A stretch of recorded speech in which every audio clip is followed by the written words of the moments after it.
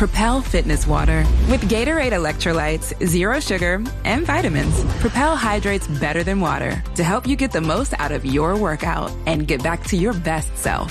What propels you? Propel with Gatorade electrolytes. Listen to the heartbeat. Chevy is called the heartbeat of America for a reason. With SUVs made to move with your rhythm. The versatile Equinox tackles your entire day. The spacious Traverse fits your crew and your whole weekend. And Trax brings style with value you can count on. All infused with tech that has your back. So your drive always hits the right chord. Chevrolet. Together, let's drive. When you think about Crocs, you think the classic clog. But did you know there's also a canvas clog? A vegan suede clog? A coastal-inspired style? A style with studs, straps, and lots of sass. Honestly, I could keep going with the surprises. You've got to see them for yourself because there is literally a style for every kind of girl. So do your thing and head to crocs.com or a store near you now. From the Fifth Quarter Studios in Madison, Wisconsin, you're listening to Coach Unplugged. And now, your host, Steve Collins. Hey, everybody. Welcome. I'm hijacking Basketball Coach Unplugged today just because I'm super excited. Coach Berg and I are starting a new podcast, the Basketball Leadership Podcast. And it launched yesterday, and I wanted to let all of you know all about it. I'll put a link down below, but if you listen on Apple Podcasts or Spotify or wherever you listen to podcasts, you should be able to find it. But I'll put a link down below for the Basketball Coaching Podcast, and I'm going to give you 3 episodes. So when you hear episode 1, episode 2, and episode 3, we give you all 3 episodes to listen to today. And I hope you enjoy it. And I'm just kind of hijacking this so you can go over and subscribe to that so you don't miss it. It's going to go live every Thursday. And we'll talk. We're going to walk you kind of through the entire season. We're going to talk about preseason stuff and season stuff and building leadership and building culture and all those things that I don't think are being found on other podcasts, especially for you as a basketball coach. So go over and check it out, the Basketball Leadership Podcast. And like I said, I'll put the link down below. Have a great day. Bye. All right. Welcome to the Basketball Leadership Podcast. Like that. There's a little pause there, Coach. Remembering what podcast that we're doing tonight. But we are excited. Coach and I are very excited about starting this podcast. Gosh, I don't know. Maybe a couple months ago, I reached out to you and I saw your stuff on Twitter, and it was like, oh my gosh, we're all, at least as coaches, I'm always looking to make my team better. I'm always looking for ways to build that community and that leadership and that culture. Looking to ways to make my guys stronger. I mean, we're always looking to at least become better educators. But this will be exciting. Any of you that have listened to any of my podcasts before, which are a multitude of them, I'm Steve Collins. I was trying to do the math, Coach. I think it's year 36 of coaching basketball, year 35 of teaching. Been very blessed, have had a lot of great teams in the state of Wisconsin.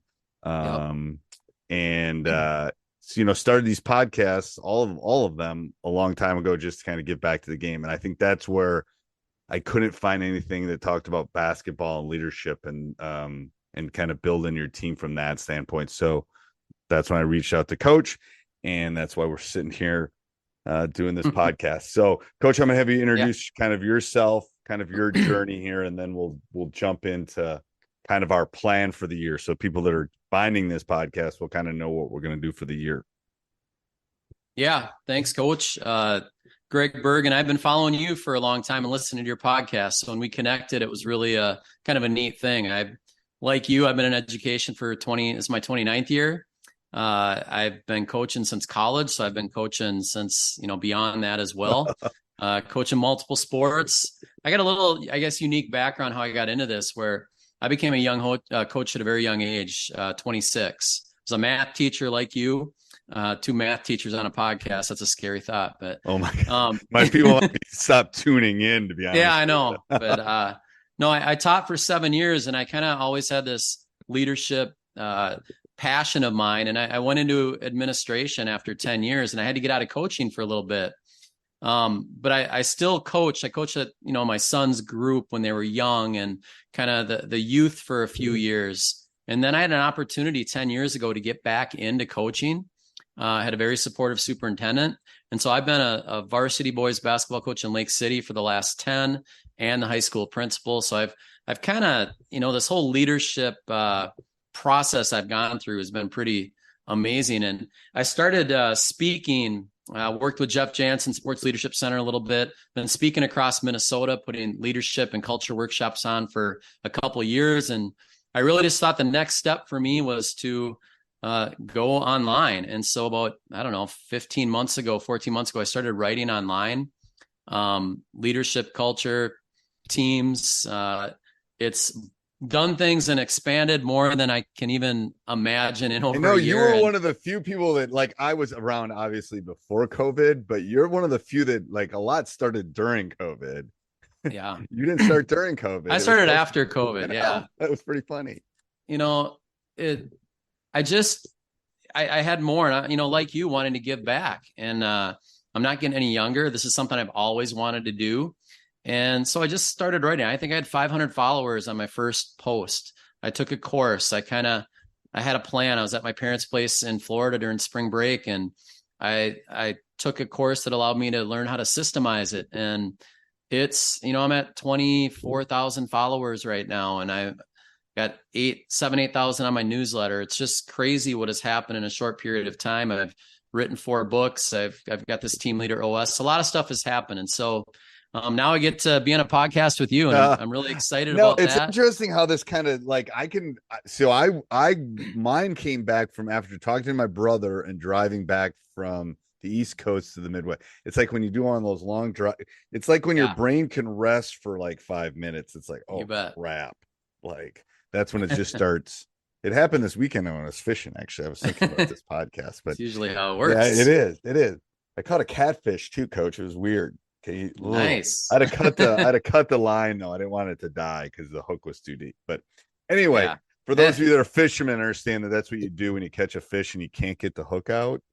You don't pull the hook; you just cut the line, and eventually the hook will disintegrate and they'll live. So anyway, there's my my societal life lesson for people: don't kill the fish. Interesting, Steve. When I was my first go around coaching, you came and spoke at a clinic in Minnesota. I was probably 27, 28 years old. And I still remember the full court press breaker that you gave us. And I use it to this day. And it's got about a 98% success rate. But that's why I remember you from a long time ago. And that was I've been really, and then I went and who was the coach then? I don't even remember who was the coach at Minnesota, but then I went and ended up actually speaking at Williams afterwards too, because someone backed out and I was there anyway. And that was a great clinic. That was a really good clinic in Minnesota. I do remember that one. So let's talk about what we're going to do this year. You bet. What is, so we've kind of mapped it out, but I'm going to let you kind of dive into kind of the nuts and bolts of. But what we're going to do for all the coaches that are listening is we're going to try to walk you through your season too. What are you dealing with in preseason, in season, postseason, off season, kind of. So the 4 buckets I've always kind of put things into. There's really no off season, but that's true. But there's definitely a preseason, a season, and postseason. Off season, that's a whole different podcast. But yeah, go ahead, Coach. I'm going to have you kind of explain what we're kind of do over the next year or so. Yeah, I think when we think about leadership, coaching, culture, teams, all of that, it's such a broad topic, and I think us talking about those 4 topics and really centered on leadership, our own leadership as coaches, how we build and develop and grow leaders on our teams, and all of the things that happen over the course of a season as a coach. We both got tons of experiences. And I think, whether it's accountability and developing team leaders and building a culture and dealing with the issues and things that happen over the course of a season.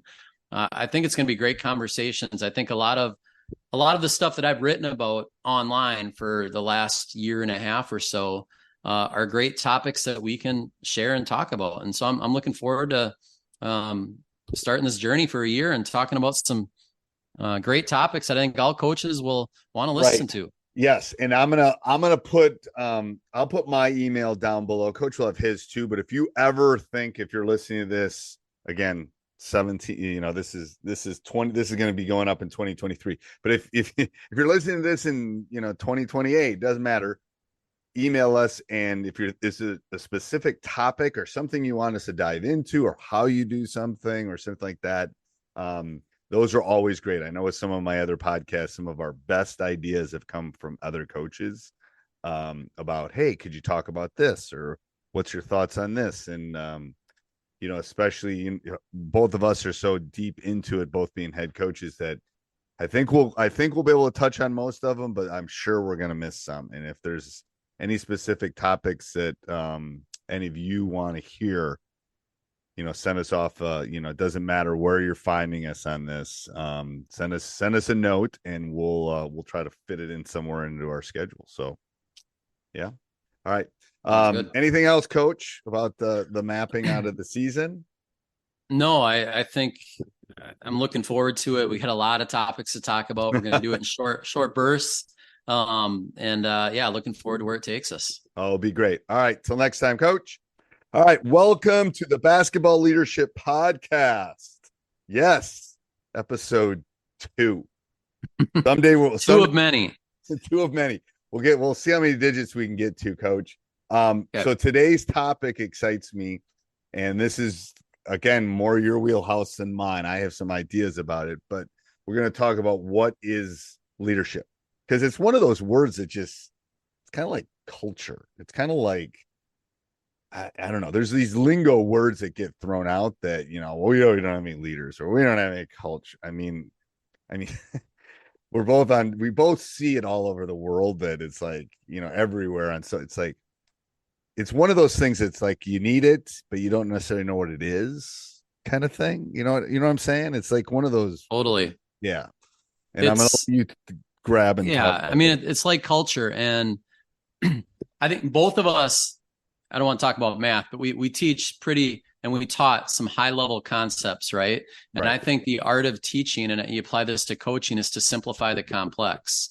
And so how do you simplify culture? Culture is this buzzword. How do you simplify leadership? It's really hard. And so as I've gone around and talked to a lot of schools and written online, I keep going back to the most simplistic definition of this word, which comes from John Maxwell, which is simply influence. And I think if we simplify this, now we can talk about it with kids, we can talk about it with teams, and they get it. So when you say leadership is influence, you basically are telling all kids you have some level of leadership on every team you're on. We all influence the team in a lot of different ways, good or bad. And some of us influence it more or less. And so when we have an attorney in Minnesota that is part of our principals association, and he's used the exact same definition with us. And he'll equate it to, you got a bleacher full of kids, and they're, screaming and yelling, and that you've got to go change their behavior. You got to change the narrative of what's going on. How do you use your influence to go over there and just have it might be a look, it might be a short conversation, but influence, and that ability to move someone in a direction that you want is really what leadership is all about. And so I talk about that definition with my kids, and just anyone I talk about leadership with all the time. And it's John Maxwell's definition. I think it's great. I also think leaders know the way, they show the way, they go the way. And the last word I'm going to throw in with leadership, and then you dive right in, is a word that you probably don't hear much. It's a word called with-itness. I think leaders have this with-itness, this emotional intelligence, this ability to understand, read the room, make the right look, make the right, phrase, whatever it may be, to move people in the direction they need to go. So Withedness. your thoughts on that, but that's how I define leadership. I've never heard withedness. I love that. So my favorite word is a principle. There's a couple things I think that anybody that's listening to this, first of all, everyone is a leader and a teacher. Absolutely. Everyone. Like if you're a parent, you're a teacher and you're a leader. If you're I mean, there's just so many different ways that you have to be a leader and a teacher. I 100% agree. And I think sometimes people think, well, I'm not a teacher. Well, everyone's a teacher. Like you teach on a daily basis. It's like, it's not, if you're a manager of Walgreens, you're a leader and a teacher. So I think it's not just for basketball coaches, but I think it's a skill that some people, the withedness, some people are much better at it.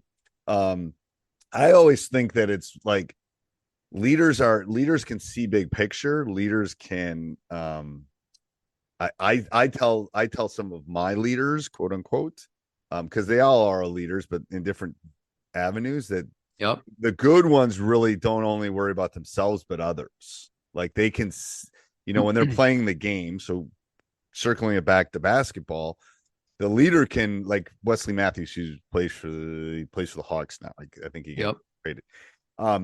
When he played for Marquette, there's a kid that was a leader because he played for Tom Crean. Crean had 8 billion quick hitters and plays.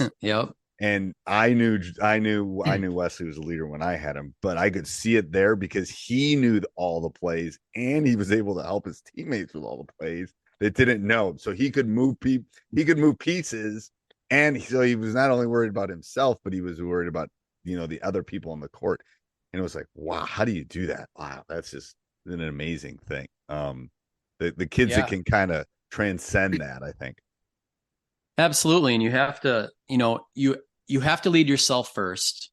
You have to be that role model. You have to model the things you need. And then you need to, like you said, you have to lead other people. And you do that and you influence other people in a lot of different ways.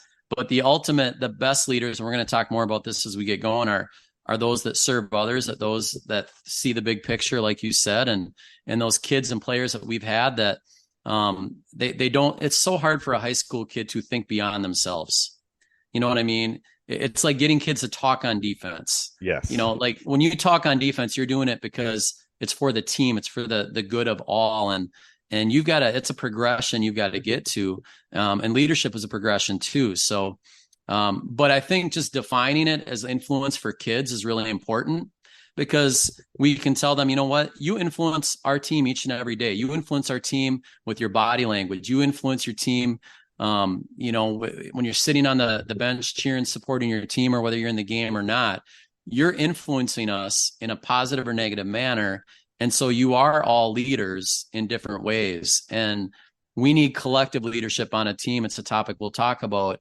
But I think defining it for kids is really, really I love important. that. I love the influencer part. And that's hard because you and I both as educators know that teenagers, and all teenagers are a little bit egocentric. That's part of the stage that they're going through. It is. And there's exceptions to that on both ends, obviously. But most of them are like, they're worried about what they're wearing and how they look and how they're perceived. And it's like, to get that extra step and to be that, I love that sense of, if you can influence, I think that there's probably a scale to that too, right? As far as the influence goes.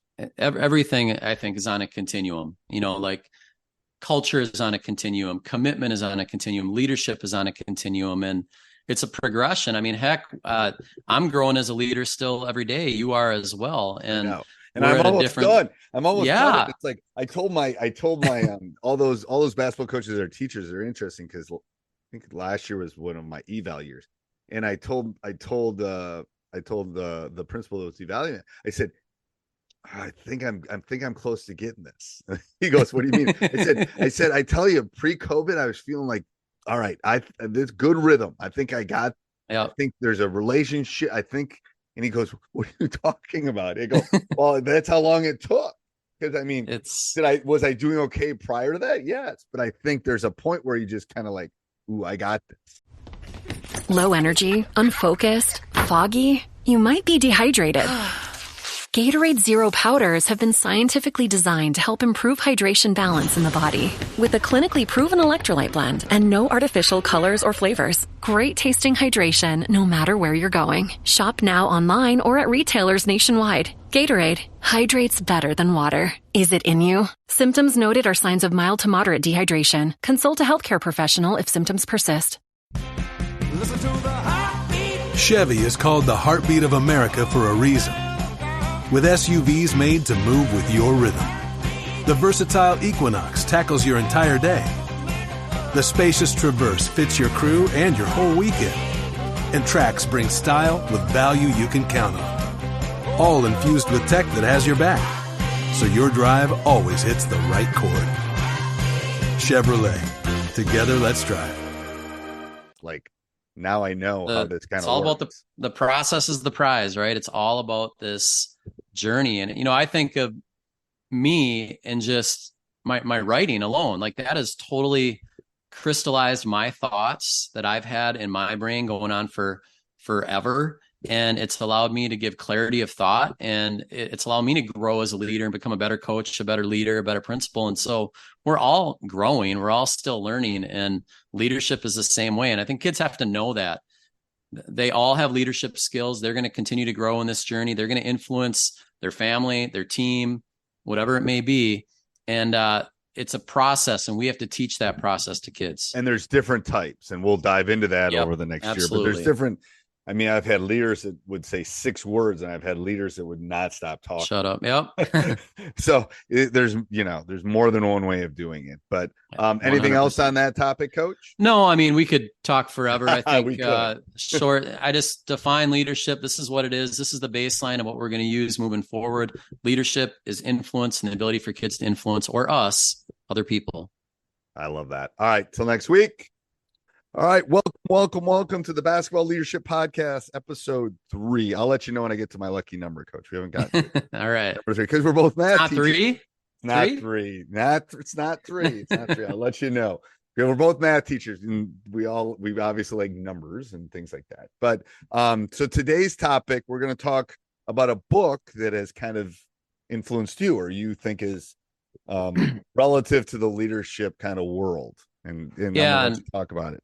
Yeah, it's a great book. I'd encourage everyone to peek at it. It's called The Captain Class by Sam Walker. And I'll give you a quick summary. Sam Walker worked for the Wall Street Journal, which you wouldn't think is going to write a book like this, but he had a passion for sports. And so he spent a decade researching the most successful dynasties in the history of all sport, from the New Zealand All Blacks to the San Antonio Spurs to the Boston Celtics to the U.S. women's national soccer team. And once he narrowed down 16 dynasties, he wanted to find out why. And so he dug in over this decade and he talked to people. And what he found out, it was pretty amazing. You would think that maybe these teams had this dynamic coach, or they had this superstar player. And really what he found out is every single one of these teams had a leader that had very, very similar characteristics. And so from a basketball standpoint, people like Tim Duncan, Bill Russell, other athletes like Tom Brady, Carla Overbeck of the U.S. women's national soccer team, they're all very similar in their characteristics. And so what did he find out? Number one, they are incredibly competitive people. They were not the most talented people on the team. They had to work for everything they got. They were very aggressive in how they played. They almost bent the rules. They were so competitive to win. They did all the little jobs. Okay. They were servant leaders. They did the little things behind the scenes for their team. They were very kind of low key and practical, almost introverts, almost behind the scenes a little bit. They weren't those players that were at the forefront always and kind of the superstar, the extroverted type player. They were masters of nonverbal communication. And so just a look or, whatever it may be. And they were very strong on their convictions and their courage. I mean, they held their teammates accountable. incredibly well. They were very passionate about that, and they had a very high emotional intelligence. And so there were 7 characteristics he came up with. Did he say one was more important than the other? He didn't say necessarily one more important than the other, but when you think of all the people that he referenced in the book, Tim Duncan, Tim Duncan is a quiet, behind the scenes, even keel, but he was the hardest worker on that team, and he refused to let anyone else on that team work below his standard. Bill Russell, same way. Tom Brady. Tom Brady was a backup quarterback on an 0-8 C squad football team. He's had to work for everything he's gotten in his life. And he has a standard that is so high. I listened to something this weekend where they're talking about Bill Belichick and how, great of a coach he is. And someone referenced, what's his record since Tom Brady left? It's below 500. Right.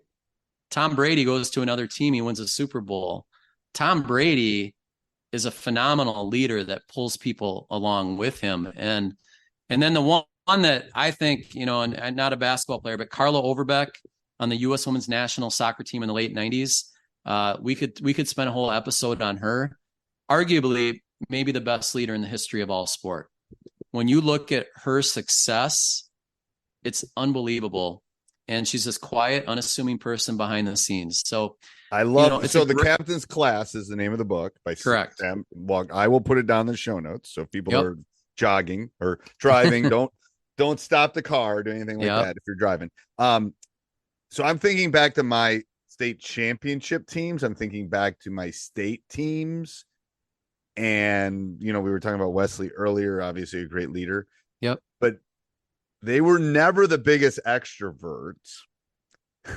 I'm just thinking of the characteristics you described, and then those people and all my championship teams, they all had one of those. And I'm going to tell you something about my family is we can't play competitive. We don't play card games together.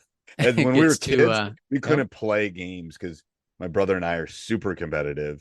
It was just we just couldn't do it. We could do it against other people, but as a family, it would never end well because we all wanted to win so badly. But it's kind of that hidden fire, I think. You know what I mean? I don't know how to describe that. But it's 100%. It's exactly, if you think of the people in this book that he found and you relate it to our teams, and they're so committed and they are such hard workers. And they've had to work for everything they get. Nothing has come real easy for them. Everything has been earned for these leaders. And because they have this commitment and this competitiveness and this desire to win, they absolutely refuse to let their teammates do anything below that standard. Right. And, Michael Jordan probably isn't in the book, but he could be thrown in there too. And how tough he was on his teammates in a good way to pull them up. Right. And so it's a great book that really talks about leadership. And when we relate it to our own teams, I think about it the same way. A lot of the best leaders I've had are, they're quiet, they're behind the scenes, but they are incredibly competitive and they're able to think beyond themselves and pull people with them. And I've had some great players that aren't great leaders, and we've won, but we haven't won. You know what I mean? You know what the stats say on that? 20% of the time, your best player is your best leader. It's about 20% when people have looked at that. Yep. It's not. And yet that's one of the challenges we have with selecting, and we'll talk about this as we go, selecting leaders and team captains. Kids think best player, captain, best player, leader. We got to break kids of that thinking. We would all love our best player to be our best leader. It's just not realistic. Doesn't always happen. And it's we're going to do a topic on that because that's a huge aspect. But go through those 7 traits again so people can incredibly competitive, very aggressive in their play, borderline push the boundaries of dirty. The rules. I'll say it. Borderline dirty, but they're not. They're playing to win. Do all the little things, the little jobs, very low key and practical in their approach. Masters of nonverbal communication, strong convictions and courage. They're able to hold people accountable because of that. And then just a high emotional intelligence. Last episode, with itness. Same concept, real high emotional IQ. So great book. I encourage you to peek at it. But very applicable to us as coaches. Awesome. Yes. And I'll put it down in the show notes. And until next week, Coach. Booking.com is the easiest way from a day surrounded by noise